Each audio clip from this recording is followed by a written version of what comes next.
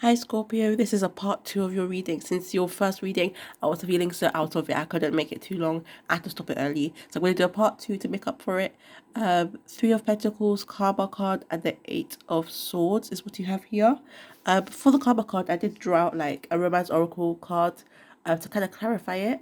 And you have here this card, Attraction. I do feel like I've seen this combination before though, maybe in another group. I don't know. Yeah, but at the top of the Romance Oracle cards, at the top of the reverse oracle card, you have engagement. So your partner, I'll start with the karma card since yeah, I've already started on it. So with the karma card, your partner is this desiring attraction. So they want you to focus on them. They want you to likely admire them, to be more attracted to them, to focus more on them, like the way this will. And regardless, I'm going off the gender on the card, regardless, like even if you're not a woman watching this, I'm just saying it as a woman because there's a woman here. So basically the way the woman is sniffing and admiring the flower, she's taking her time to truly appreciate the scent, the touch, everything about the flower, not just looking at it and then walking past. She's stopping to appreciate all of it. So likely they want you to do the same thing to them, to stop, to appreciate them, to take time, to take your time out to take time out to spend with them. Yeah, that makes sense. To take time out to spend with them, and appreciate all what they do. Not just saying it, but like acting on it as well. So doing things, and it doesn't have to be like buying stuff or anything like that. Just like the way these people are worshipping that. To me, it's like they're worshipping that. What do you call it? So similarly, they want you not to work. You don't have to worship them, just to appreciate them, basically. And acknowledge what they do, I guess. Not just basically acknowledge their presence, not just what they do, just acknowledging their presence. Because with this Three of Pentacles, I am seeing maybe you tend to focus on your work a lot.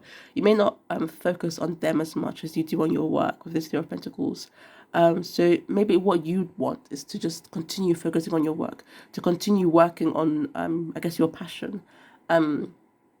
Although you do think about them with this Three of Pentacles. And if you haven't met this person yet, I'll try to remember to get to that later. So I drank so much water, I have a bellyache. Although I need to drink water otherwise, like to do these readings. So Three of Pentacles, likely you are focusing more on your work or your hobbies, and not maybe not paying as much attention to them, and like they want to be noticed basically. So yeah, with that Eight of Swords, like together. Wait, okay. So karma card.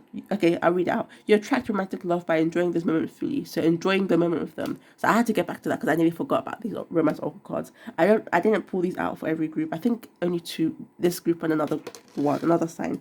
At the back of the deck, you have chemistry. So they want to further the attraction, to develop it more, and you do have like these potions here as well. It's like you put the chemistry to the side and focused on your work, focused on your own thing, and putting your connection aside is what I'm seeing with this sort of combination here. And again, take what resonates. If you haven't read the first one I did, so on off second last in the deck, yeah, free yourself. It's time to take back control of your life.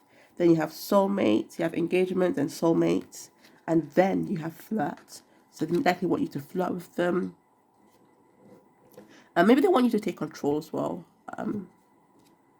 Maybe to free yourself from your work, likely.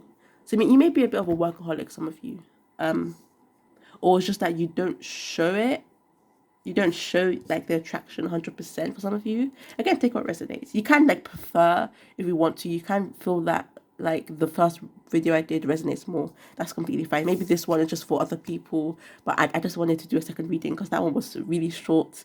So yeah, Eight of Swords. So to future together, I am seeing this card as a bit of stagnation, a bit of fears as well, and a sense of the unknown.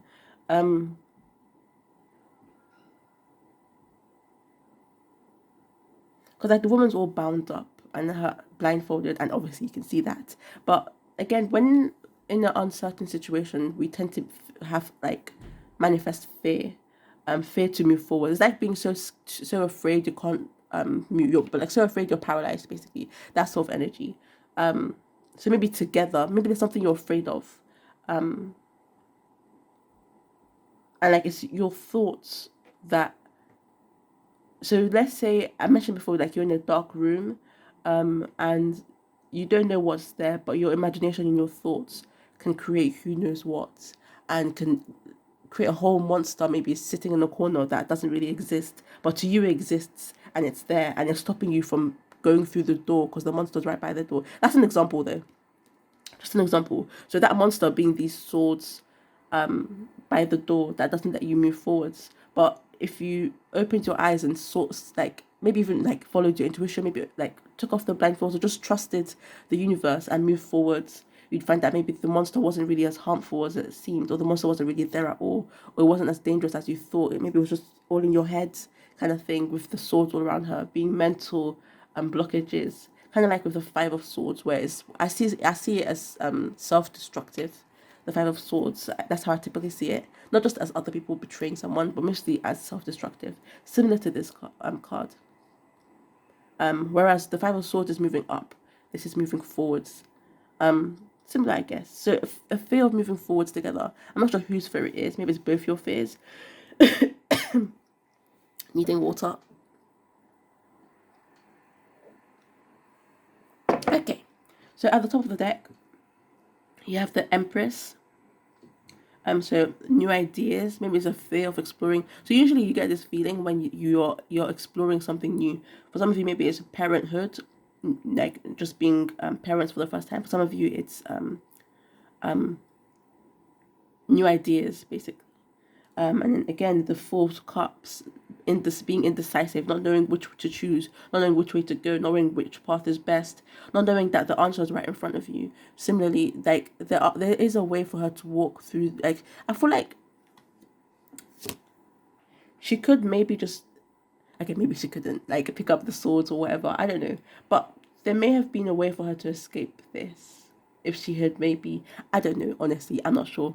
But because we are seeing the swords with our own naked eye, in the sense of the swords are there, but in looking at this card in a different way, the swords aren't there, but because it is there, it's hard to imagine that they aren't there, if that makes sense. It's like when you see white, and then it's hard to imagine that white is all the colors put together, basically.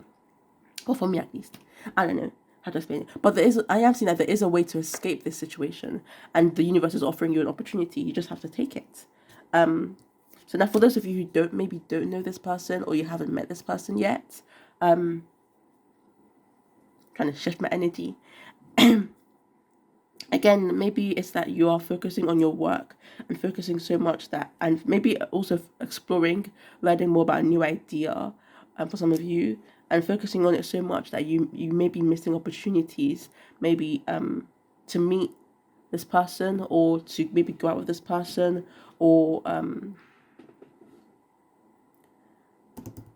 I'm just trying to like shift my head out of like you've already met this person. So you haven't, it's either this is like a crush, or you haven't met this person yet. And if that's the case, again, you're focusing on your work so much that you're missing the opportunities that the universe is giving you. And they want appreciation. Like there are things that they want in a relationship, and one of them could be appreciation. And that moon, the way it is, reminds me of like Scorpio energy. So it could be that you are their ideal type, but you missing each other. Eight of Swords, again, she's blindfolded, so you not seeing each other, you're not walking forward towards each other because of both your fears of some sorts, or again, mental blockages, so you not being able to walk together. But it doesn't have to mean that you're going to be bound up forever. Like there are ways to walk forwards, and it doesn't have to mean that you're going to miss each other forever. You're never going to meet this person. Eventually you will. Eventually that boy's going to have to pick up a cup. He can't just sit there forever thinking about which cup to pick up. He's going to have to make a decision once and for all. Now you do have this card under that, and you have more cards. I'm going to move on to at the bottom of the deck. So you have the Page of Pentacles, you have the Four of Wands, so happiness and joy. You have the Death card and the Tower card. Interesting. And the Knight of Pentacles, so death and tower, endings, changes. So I am seeing this Tower card as maybe being the ending to this. These two being needed to get rid of this Eight of Swords energy. Maybe for some of you, excuse me. So then you can get onto this energy, happiness and joy. but something revolutionary, I guess. Something really huge happening in your life, an ending of some sort. Similar to another reading, was it Leo? Yeah, kind of like Leo, actually. A lot like Leo. And I did a reading before this, so I shuffled the cards really well. Things happen for a reason, I guess. Anyways, thank you for watching. I'm going to stop this here. Hopefully this did resonate. You can, if you'd like to, like, share, comment, subscribe. Yeah, that's your reading.